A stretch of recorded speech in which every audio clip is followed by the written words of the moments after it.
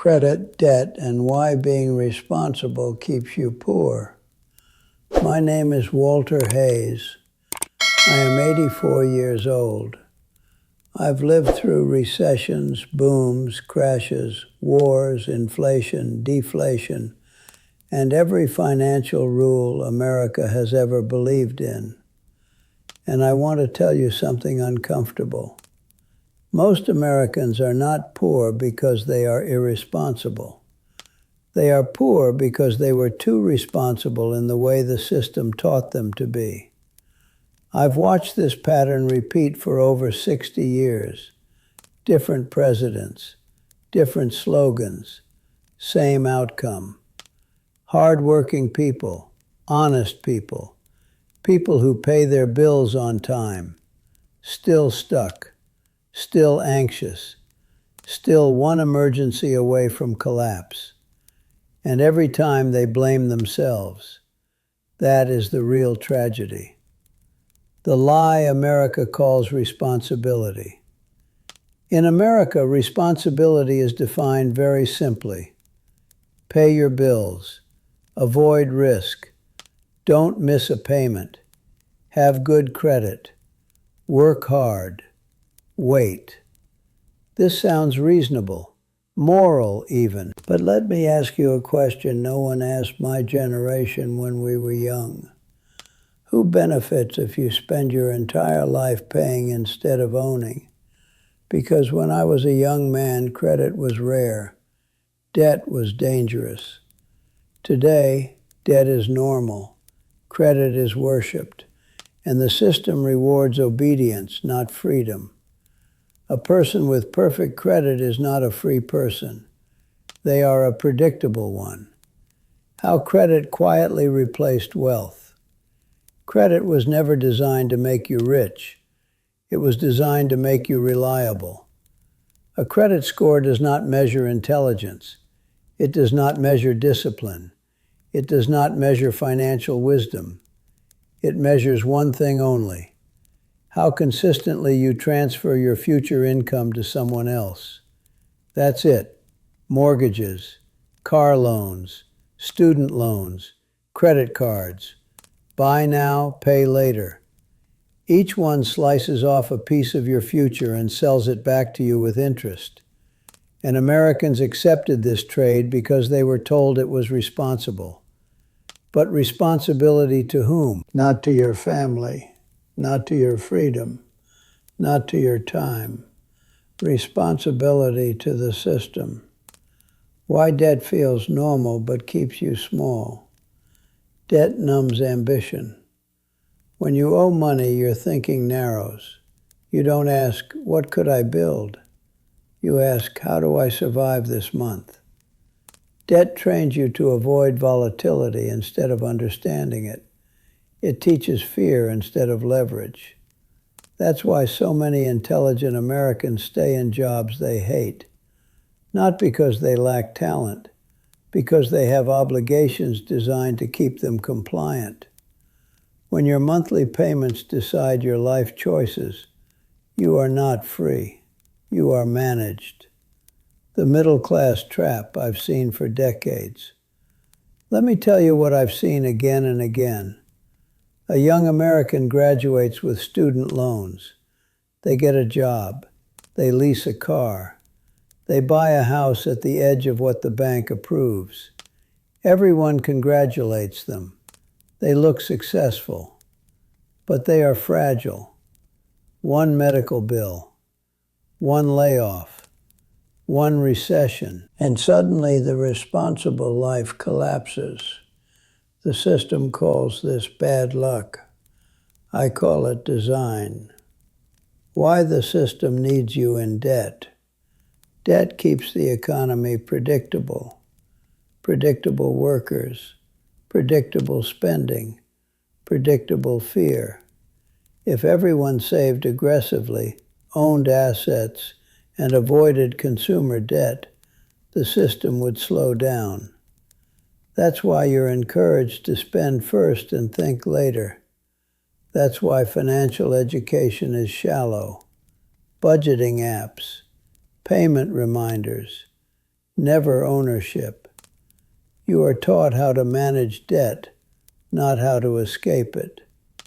What responsibility actually meant in my world. When I was young, responsibility meant something different. It meant controlling downside, keeping fixed expenses low, avoiding obligations you couldn't walk away from. We didn't glorify debt. We tolerated it only when it produced income. And that distinction changed my life. There are two kinds of debt. Debt that consumes, debt that produces. America pretends they are the same. They are not. Why good credit is a dangerous goal. I have known wealthy men with terrible credit and poor men with perfect scores, because wealth is not about approval. It is about optionality. If your life depends on lenders approving you, you are not wealthy. The truly wealthy don't ask permission often. They structure their lives to avoid needing it. Good credit makes you feel safe. But safety and freedom are not the same thing. The emotional cost nobody talks about. Debt doesn't just drain money. It drains courage. It keeps you quiet. It keeps you polite. It keeps you grateful for crumbs. You stop questioning systems that exploit you because you're afraid to fall behind. And that fear compounds faster than interest. I've seen marriages break under this pressure. Talented people shrink their dreams. Children inherit anxiety instead of opportunity. All because responsibility was defined incorrectly. The first mental shift that changes everything. If you want a different outcome, you must redefine responsibility. Responsibility is not paying everyone else first. Responsibility is protecting your future self. It is choosing flexibility over appearance, liquidity over lifestyle, assets over approval, and most importantly, understanding that debt is a tool, not a virtue. Used wrong, it enslaves. Used correctly, it accelerates. But no one teaches you how to use it correctly, because most people never escape the first category. Why I'm telling you this now. At my age, I don't sell fantasies. I've buried friends who followed every rule and still ran out of time. I've also watched quiet, disciplined people ignore social pressure, live smaller, invest patiently, and walk away free. Same country, same economy, different philosophy. And philosophy is where everything begins. In the next part, I'll explain how Americans confuse income with wealth, why being debt-free is not enough, and the exact mindset shift that separates people who struggle forever from those who quietly accumulate freedom. Income is not wealth, and debt-free is not freedom. When I was 43 years old, I thought I understood money. I had a strong income, a respectable home, 2 cars, no late payments, a retirement account growing steadily. By American standards, I was responsible. By American standards, I was successful. But I was not free. And I didn't realize that until I watched a man with half my income turn down an opportunity I couldn't afford to accept. That moment changed how I saw everything.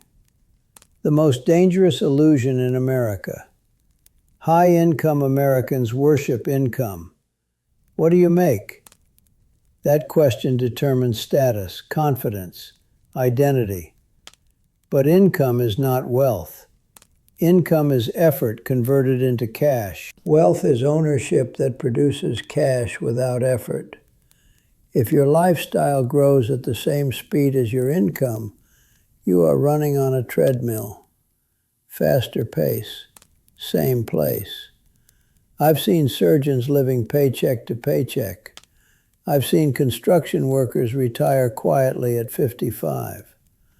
The difference wasn't intelligence, it was structure. Why debt-free isn't the finish line. Many Americans believe that if they just eliminate their debt, everything will be fine. And yes, removing consumer debt is a powerful first step. But being debt-free is neutral. It doesn't automatically create income. It doesn't create leverage. It doesn't create options. You can be debt-free and still dependent on a job. That's not freedom. Freedom is when your basic living expenses are covered by assets you own, not by your boss, not by overtime, not by hoping the market behaves. Assets. That word is misunderstood. An asset is not something that looks impressive. It's something that pays you. The American consumption machine. The American economy runs on spending, and spending runs on credit. Every advertisement whispers the same message: you deserve this now. Deserve is a dangerous word in finance, because the moment you believe you deserve a lifestyle before you can afford it, you've surrendered your future leverage. I'm not against comfort. I'm against fragility. There's a difference. A fragile lifestyle collapses under pressure. A durable one absorbs shocks. In 2008, I watched men who owned beautiful homes lose everything. I also watched landlords quietly buy those same homes at half price. Crisis doesn't destroy wealth, it transfers it. Why most Americans stay stuck even after they earn more. Let me explain a pattern I've observed for decades. A person earns $50,000. They struggle. They earn $75,000. They upgrade. They earn $120,000. They upgrade again. The pressure never leaves because they built their life on fixed obligations instead of scalable assets. Fixed obligations rise with ego. Scalable assets rise with discipline. And ego is expensive. The hidden rule of financial freedom. Here is the rule no one explains clearly.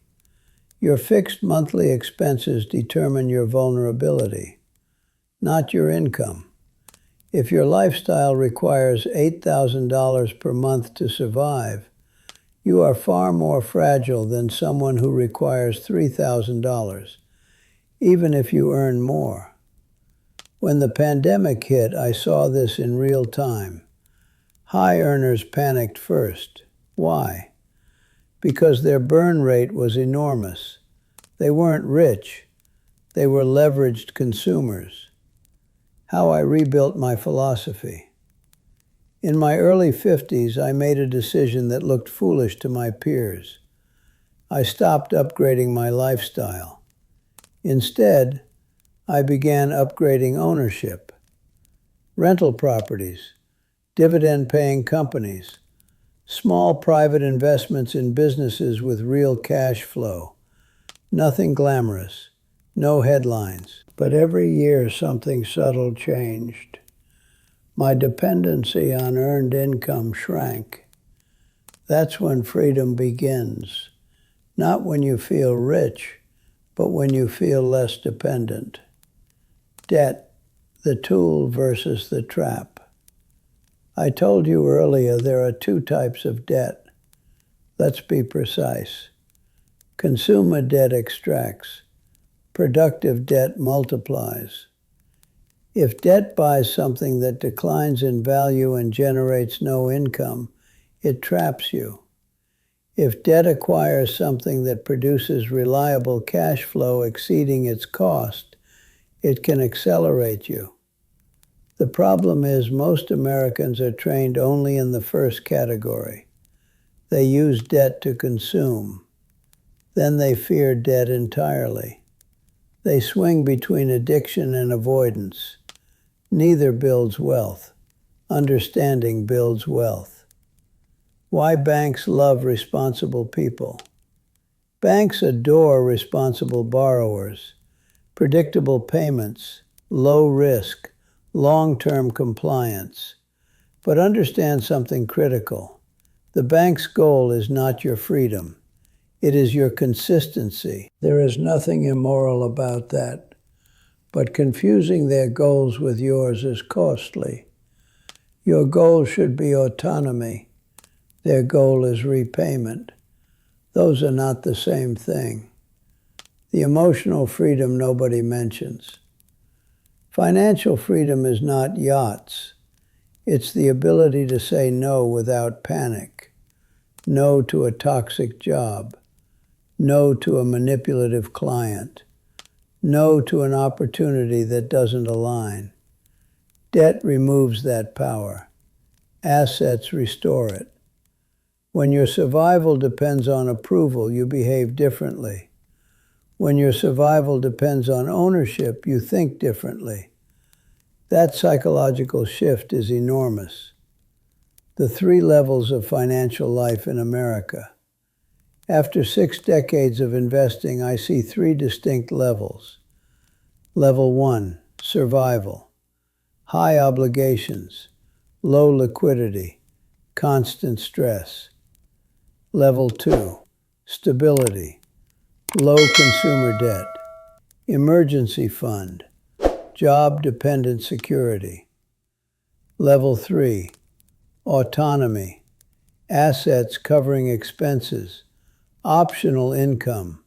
Strategic risk-taking. Most Americans aim for level 2 and believe that's the summit.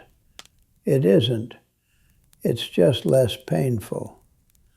Autonomy requires intentional design. The financial freedom plan, the framework. Let me outline the framework I wish someone had explained to me at 25. 1. Shrink fixed expenses before increasing lifestyle. 2. Eliminate consumer debt aggressively. 3. Build liquidity, not for returns but for resilience. 4. Acquire cash-flowing assets consistently. 5. Use productive leverage carefully and only when downside is survivable. Notice what's not on that list. Status, luxury, impressing anyone.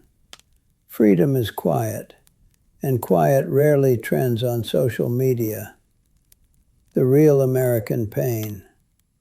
The pain I see in America isn't laziness, it's exhaustion. People are tired of working harder and feeling no safer. They are tired of raises that vanish into higher costs. Tired of markets that feel rigged. Tired of medical bills that erase years of progress. The anger is real, but anger without structure changes nothing. Structure changes everything. The final shift. At 84, I measure wealth differently. It's not net worth on paper. It's sleep quality. It's flexibility. It's the absence of financial fear. If you redefine responsibility as loyalty to your future freedom rather than loyalty to lenders, everything shifts. Credit stops being a badge of honor. Debt stops being normal. Income stops being identity. And ownership becomes priority. America offers enormous opportunity, but only to those who understand the game they're playing. The system is not evil. It is simply structured. Once you see the structure, you can design your life above it instead of inside it. And that is the difference between being responsible and being free.